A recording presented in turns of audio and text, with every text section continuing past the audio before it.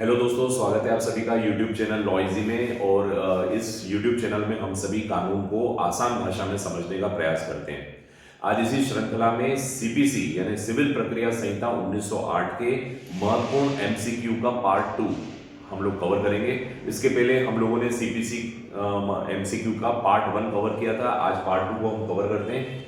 Civil प्रक्रिया संहिता बहुत ही महत्वपूर्ण सब्जेक्ट है। जुडिशरी के एग्जामिनेशन हो या अन्य कोई परीक्षा हो, सीपीसी एक कानून का महत्वपूर्ण विषय है। और सीपीसी की जो प्रतियोगी परीक्षाएं होती है जुडिशरी सिविल जज के एग्जामिनेशन में, आए दिन कुछ ऐसे महत्वपूर्ण क्वेश्चन सीपीसी के पूछे जाते हैं जो कि रेगुलरली आते हैं। उसी एमसीक्यू का आज हम सेकंड पार्ट कवर कर रहे हैं, जिसमें आज हम लोग बहुत सारे कुछ ऐसे प्रश्नों को देखेंगे जो कि रेगुलरली एग्जामिनेशन में पूछे जाते हैं। आइए स्टार्ट करते हैं। Today's topic is important MCQs on the CPC, महत्वपूर्ण मल्टीपल चॉइस क्वेश्चंस, सीपीसी 1908 के महत्वपूर्ण वस्तुनिष्ठ प्रश्न। तो स्टार्ट करते हैं। सबसे पहले, डिक्री का निष्पादन कौन से आदेश में बताया गया? डिक्री का निष्पादन यानी एग्जीक्यूशन ऑफ डिक्री किस आदेश में बताई गई है? तो आदेश 21 डिक्री के निष्पादन की बात करता है। धारा 56 में यह कहा गया है कि महिलाओं को धन संबंधित जो डिक्री होती है यानी मनी रिकवरी की जो डिक्री है उसमें कभी भी गिरफ्तार नहीं किया जाएगा। धारा 56, इसको भी आपको याद रखना है। एलआर के खिलाफ निष्पादन कौन सी धारा में बताया गया? एलआर मतलब लीगल रिप्रेजेंटेटिव, जो हम लोगों ने सेक्शन 2(11) में पढ़ा था। तो लीगल रिप्रेजेंटेटिव के खिलाफ एग्जीक्यूशन का आवेदन के बारे में प्रक्रिया जो है धारा 52 में बताई गई है। इसके बाद हम बात करते हैं डिक्री यदि कुर्क करने के लिए कोई संपत्ति कुर्क करनी हो डिग्री के निष्पादन में, तो किस आदेश और नियम में आवेदन दिया जाएगा? तो आदेश 21 नियम 53 में कुर्की संबंधित आवेदन दिया जाता है कि डिग्री के निष्पादन में अटैचमेंट करना है, तो उसका आवेदन दिया जाता है। सेल को सेट असाइड करने के लिए आवेदन कौन से आदेश नियम में दिया जाता है? ये भी बहुत बार प्रश्न पूछा गया है। विक्रय को अपास्त करने के लिए यानी सेल को सेट असाइड करने के लिए कि जजमेंट डेटर का उस प्रॉपर्टी पे कोई हक नहीं है, ऐसा कहते हुए आप ऑर्डर और रूल कौन सा देंगे? तो आदेश 21 नियम 91 के अंतर्गत एक ऐसा एप्लीकेशन रहता है जिसमें आप ये बताते हैं कि जजमेंट डेटर का उस प्रॉपर्टी पे कोई राइट नहीं है, तो आप कृपया सेल को क्या करें? सेट असाइड करें, मतलब विक्रय को अपास्त करें, उसका आवेदन दिया जाता है। भरण पोषण की जो डिग्री होती है, भरण पोषण की राशि वाली जो डिग्री होती है, उसमें सैलरी का कितना पार्ट कुर्क नहीं होगा? तो 1/3 पार्ट को छोड़ के बाकी पार्ट क्या हो सकता है? कुर्क हो सकता है। तो भरण पोषण की डिग्री में 1/3 सैलरी कुर्क नहीं होगी, बाकी कुर्क हो जाएगी। मैनर ऑफ एग्जीक्यूशन, निष्पादन का ढंग का बताया गया है कि मैनर क्या होगा। मैनर आपको पता है गिरफ्तार करके किया जा सकता है, अटैचमेंट करके किया जा सकता है। तो ये मैनर कहाँ बताया गया है? धारा 51 में मैनर ऑफ एग्जीक्यूशन बताया गया है। फिर उसके बाद देखिए एग्जीक्यूशन ऑफ डिग्री की एप्लीकेशन, सीधे प्रश्न आता है डिग्री निष्पादन के लिए एप्लीकेशन कहाँ बताई गई है? तो डिग्री निष्पादन की एप्लीकेशन ऑर्डर 21 रूल 10 में बताई गई। तो आपको याद रखना है ऑर्डर 21 रूल 10, जिसमें डिग्री के एग्जीक्यूशन के लिए एप्लीकेशन लगाई जाती है। भाग 2 किससे कनेक्टेड है? सीपीसी का भाग 2।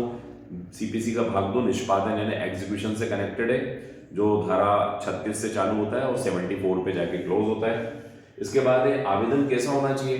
तो आवेदन लिखित भी हो सकता है, आवेदन मौखिक भी हो सकता है। आप सभी को पता है जब धन संबंधित डिग्री होती है तो वहां पर यदि निर्णित ऋणी उपस्थित है तो मौखिक आवेदन भी किया जा सकता है। इसीलिए डिग्री के निष्पादन का आदेश आपसे पूछे कैसा होगा, लिखित की मौखिक, तो आपको लिखना है दोनों में हो सकता है, लिखित भी हो सकता है, मौखिक भी हो सकता है।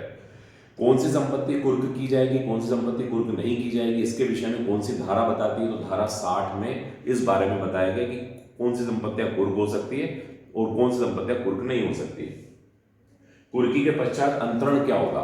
तो कई लोग कुर्की का आदेश निकल गए और अपनी प्रॉपर्टी को सेल कर देते हैं, तो ऐसे ट्रांसफर के बारे में सीपीसी कहता है कि ऐसा ट्रांसफर शून्य होगा। लेकिन एक प्रश्न और है, कुर्की के पूर्व मान लीजिए एग्रीमेंट, रजिस्टर्ड एग्रीमेंट हुआ था, रजिस्टर्ड कॉन्ट्रैक्ट हुआ था, फिर ऐसी स्थिति में वो शून्य नहीं होगा। इसको भी आप ध्यान रखेंगे।